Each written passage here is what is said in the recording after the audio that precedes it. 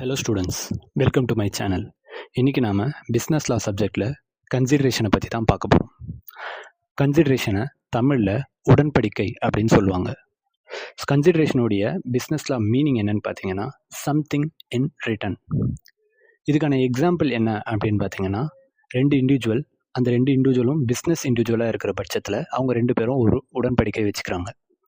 நான் காசு தரேன், அதற்கு பதிலாக ஆப்போசிட்டில் இருக்கக்கூடிய இன்னொரு இண்டிவிஜுவல் மாற்றாக பொருளோ இல்லை சேவையோ அளித்தாங்க அப்படின்னா அதை கன்சிடரேஷன், அதாவது சம்திங் இன் ரிட்டன் அப்படின்னு சொல்லுவாங்க. இந்த கன்சிடரேஷனை லாட்டின் வேர்டில் குவிட் ப்ரோ கோ அப்படின்ற டேர்ம் வச்சு மென்ஷன் பண்ணுறாங்க. இப்போ நான் சொன்ன இந்த ரெண்டு டெர்மினாலஜியும் something in return, quid pro quo, இது ரெண்டுமே கன்சிடரேஷனுக்கான கீ பாயிண்ட். அடுத்து டைப்ஸ் ஆஃப் கன்சிடரேஷன். கன்சிடரேஷனை மூணாக கிளாஸிஃபை பண்ணுறாங்க. ஒன்று பாஸ்ட் கன்சிடரேஷன், அடுத்து present consideration and finally future consideration. இப்போ நம்ம இந்த மூணு கன்சிடரேஷனுடைய மீனிங் வித் எக்ஸாம்பிளோட பார்க்கலாம். ஃபஸ்ட்டு பாஸ்ட் கன்சிடரேஷன் அப்படின்னா என்னென்னு பார்த்தீங்கன்னா, it is a consideration which took place and is complete before the promise is Medu.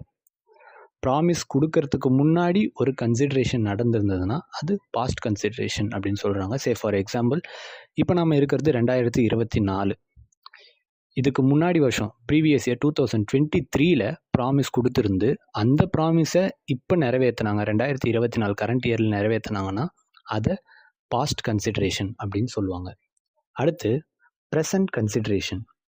Present கன்சிடரேஷனுக்கு இன்னொரு பேர் என்னென்னு பார்த்தீங்கன்னா எக்ஸிக்யூட்டட் கன்சிடரேஷன் அப்படின்னு சொல்லுவாங்க.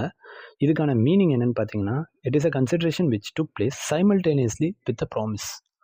ப்ராமிஸ் கொடுத்த உடனே நடக்கக்கூடியது தான் இந்த இடத்துல ப்ரெசன்ட் கன்சிடரேஷன் அப்படின்னு சொல்கிறாங்க. இதுக்கு எக்ஸாம்பிள் என்னென்னு பார்த்தீங்கன்னா, நாம் ஒரு புக் ஷாப் போகிறோம், அந்த புக் ஷாப்பில் இருக்கக்கூடிய செல்லருக்கும் நமக்கும் இருக்கக்கூடிய உடன்படிக்கை தான் இங்கே எக்ஸாம்பிள். புக்கு வாங்குறதுக்கு நாம் காசு கொண்டு போகிறோம், அந்த காசை புக் செல்லர்கிட்ட கொடுத்த உடனே அந்த புக் செல்லர் நமக்கு புக்கு கொடுத்துட்டாங்கன்னா அந்த இடத்துல அந்த கான்ட்ராக்ட் எக்ஸிக்யூட் ஆகிடுது, நமக்கான கன்சிடரேஷனும் அங்கே முடியுது. ஸோ இதை தான் ப்ரெசன்ட் கன்சிடரேஷன் அப்படின்னு சொல்கிறாங்க. அண்ட் ஃபைனலி ஃப்யூச்சர் கன்சிடரேஷன் அப்படின்னா என்னென்னு பார்க்கலாம். ஃப்யூச்சர் கன்சிடரேஷனுக்கு இன்னொரு meaning executory consideration. It is a consideration that take place from the promise to be performed in the future. So எதிர்காலத்தில் நடக்கக்கூடிய ஒரு விஷயத்தை இப்போவே நம்ம கன்சிடரேஷனில் கொண்டு வர்றது தான் ஃப்யூச்சர் கன்சிடரேஷன் அப்படின்னு சொல்கிறாங்க. இதுக்கான எக்ஸாம்பிள் என்னென்னு பார்த்தீங்கன்னா, engagement to marry some one.